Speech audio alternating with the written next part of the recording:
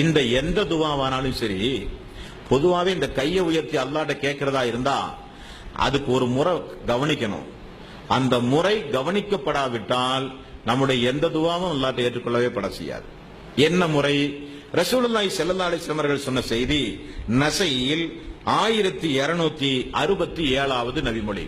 நாம எப்பட்ட அல்லாஹ்ட்ட துவா செய்யும் போதும் முதலில் யார்கிட்ட கேட்கிறோமோ அந்த அல்லாஹ்வை முதல்ல புகழணும்.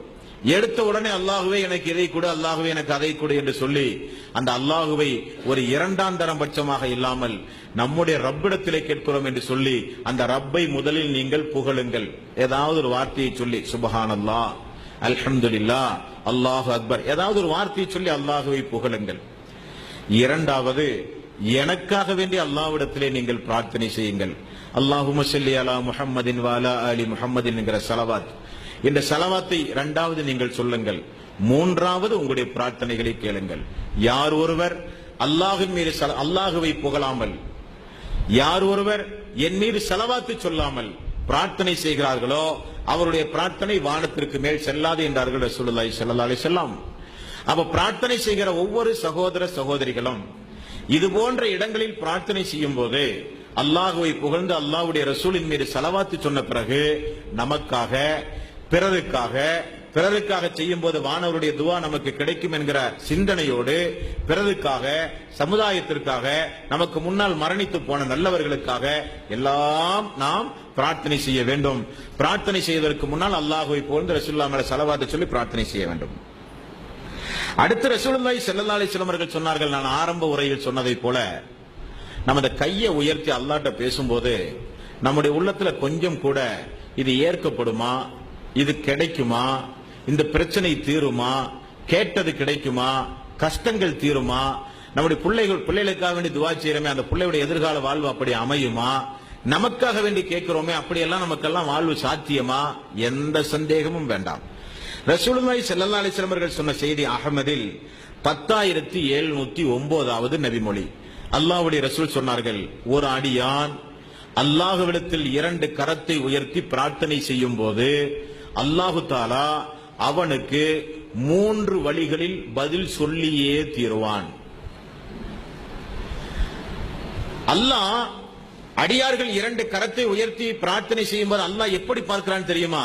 என்னுடைய அடியான் 2 கரத்தை உயர்த்தி என்னிடத்திலே கேட்டு விட்டானே, அவனுக்கு ஒரு எஜமானன் உண்டு என நினைத்து 2 கரத்தை உயர்த்தி நாம் கேட்டால் ரப்பு தருவான் என்கிற நம்பிக்கையோடு எனது அடியான் கேட்டுவிட்டானே என்று சொல்லி அந்த கையை வெறுமனே திரும்ப அனுப்ப அல்லாஹ் வெட்கப்படுகிறான் என்று ரசூல் ஸல்லல்லாஹு அலைஹி வஸல்லம் அவர்கள் சொன்னார்கள். அந்த அளவுக்கு ரோசக்காரன் ரப்புல் ஆலமீன், அந்த அளவுக்கு ரப்புல் ஆலமீன் ரோசக்காரன். அப்ப அல்லாஹு தஆலா 3 வழிகளில் பதில் சொல்கிறான். ஒன்று, ஒரு சில நபர்களுக்கு அல்லாஹு தஆலா கேட்டதை கொடுத்து விடுவான். இது நம்முடைய வாழ்க்கையில நிறைய நடந்திருக்கு. யாரும் இல்லைன்னு சொல்ல முடியாது. நான் துவா கேட்டு ஆயுள் காலத்துல ஒண்ணுமே நடக்கலன்னு யாரும் சொல்ல முடியாது. ஏதாவது சந்தர்ப்பங்கள் ஒரு சில காரியங்கள் நடந்திருக்கும். கேட்டதை கொடுப்பான். இரண்டாவது, நீங்கள் ஒன்றை கேட்கிறீர்கள், ஆனால் உங்களுக்கே தெரியாமல் உங்களுடைய விதியில் நாளைக்கு உங்களுக்கு ஒரு தீங்கு நடக்க போகிறது என்று இருந்தால் அல்லாஹ் என்ன செய்வான் தெரியுமா? இன்றைக்கு அடியான் இதை கேட்கிறான், ஆனால் நாளைக்கு அவனுக்கு ஒரு விபத்து அல்லது ஒரு நோய் அல்லது ஒரு தீங்கு அவனுக்கு வரப்போகிறது.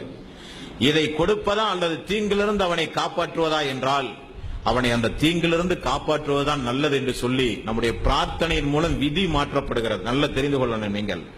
நம்முடைய பிரார்த்தனையின் மூலம் நமக்கு விதி மாற்றப்படுகிறது. ஒரு மனுஷன் நம்மள்ட்ட வந்து ரொம்ப உடம்பு சரியில்லைன்னு சொல்லி, ரொம்ப பசிக்குதுன்னு சொல்லி ஒரு மனுஷன் நம்மள்ட்ட வந்து கொஞ்சம் உணவு கேட்டு யாசகம் கேட்டு நிக்கிறான். அவனுக்கே தெரியாம அவனுக்கு பின்னாடி ஒரு பாம்பு அவனுக்கு கொத்துறதுக்கு நிக்குதுன்னு சொன்னா முதல்ல அவனுக்கு சாப்பாடு வாங்கி கொடுப்போம், பாம்பு அவனை காப்பாத்துவோமா? உயிர் முக்கியம் சொல்லி முதல்ல அவனை காப்பாத்தும். அது போல அல்லாஹு தஆலா விதியில் ஏதாவது ஒரு ஆக்சிடென்ட் நடக்கணும் விதியில் எழுதியிருப்பான், அது யாராலையும் தடுக்கவே முடியாது. ஏதாவது நோய் நொடி வந்து கொஞ்ச நாளைக்கு படுக்கணும்னு அல்லாஹ் எழுதியிருப்பான், யாராலையும் தடுக்க முடியாது. ஏதாவது ஒரு மன வருத்தம், ஒரு கஷ்டம், ஒரு கவலை வர்றத அல்லாஹ் விதியில் எழுதி வச்சிருப்பான். அடியான் பிரார்த்தனை செய்யும் போது அவன் ஒன்றை கேட்டுக்கிட்டே இருப்பான். ஆனா அல்லாஹ் என்ன செய்வான்னா, கேட்டதை ஒரு சில நேரத்தில் கொடுப்பான், ஒரு சில நேரத்தில் அவனுக்கு வரக்கூடிய தீங்கிலிருந்து அல்லாஹ் அவனை காப்பாற்றி விடுவான். மூன்றாவது ரசூல் ஸல்லல்லாஹு அலைஹி வஸல்லம் அவர்கள் சொன்னார்கள், அப்படி கேட்கும் போது கேட்டதை கொடுப்பான், அல்லது வரக்கூடிய தீங்கிலிருந்து அவனை காப்பாற்றுவான், அல்லது விதியில் அல்லாஹு தஆலா அவனுக்கு இதை இத்தனாம் மாசம் இத்தனாம் தேதி இந்த வருஷத்துல கொடுப்போம் விதியில மாத்தி எழுதிடுவான். அப்ப பிறகு தருவதாக அல்லாஹ் வாக்களிப்பான், அல்லது உடனே கொடுப்பான், அல்லது தீங்கிலிருந்து காப்பாற்றுவான். ஒன்றுமில்லையா, அவன் கேட்ட பிரார்த்தனைக்கு மறுமை நாளில் அவனுக்கு அல்லாஹ் பாவ மன்னிப்பு வழங்கி சொர்க்கத்திற்கு அனுப்புவான் என்று ரசூல் ஸல்லல்லாஹு அலைஹி வஸல்லம் அவர்கள் சொன்னார்கள். பிரார்த்தனையின் மூலம் இது நடந்தே தீரும். இது அல்லாத ஒரு பிரார்த்தனையும் இஸ்லாமிய மார்க்கத்திலே கிடையாது. ஆக அல்லாஹு தஆலா இவ்வளவு வகையான பாவ மன்னிப்புகளையும் இவ்வளவு வகையான அந்தஸ்துகளையும் பிரார்த்தனை செய்யும் போது நமக்கு வைத்திருக்கிறான் என்பதை இந்த இஸ்லாமிய சமுதாயம் தெரிந்தால் அல்லாஹ்வை விட்டு வேற யார்ட்டையா போய் துவா செய்வாங்களா? ஒரு காலம் செய்ய மாட்டார்கள். ஆக துவாவினுடைய இது போன்ற ஒழுங்குமுறைகள் இந்த மனித சமுதாயத்திற்கு அடிக்கடி நினைவு கூறப்பட்டுக் கொண்டே இருக்க வேண்டும். அடுத்தது, நபிகள் நாயகம் ஸல்லல்லாஹு அலைஹி வஸல்லம் அவர்கள் சொன்னார்கள், இதெல்லாம் துவா யாரோட துவா அங்கீகரிக்கப்படும், எந்தெந்த நேரங்களில் அங்கீகரிக்கப்படும், எப்படி கேட்க வேண்டும், கேட்கும் போது எப்படி எல்லாம் பதில் கிடைக்கும், இதைத்தான் நம்ம பார்த்தோம். இப்ப பார்க்க போற விஷயம் எல்லாம் என்ன தெரியுமா? துவா கேட்கும் போது நமக்கு கிடைக்கக்கூடிய ஏராளமான நன்மைகளையும், துவா கேட்கும் போது அல்லாஹ் எந்த அளவுக்கு சந்தோஷப்படுகிறான் என்பதை இப்ப நம்ம பார்க்க போறோம். முதல்ல 2வது அத்தியாயத்தின் 222வது வசனத்தில் அல்லாஹ் ரப்பல் ஆலமீன் சொல்கிறான்,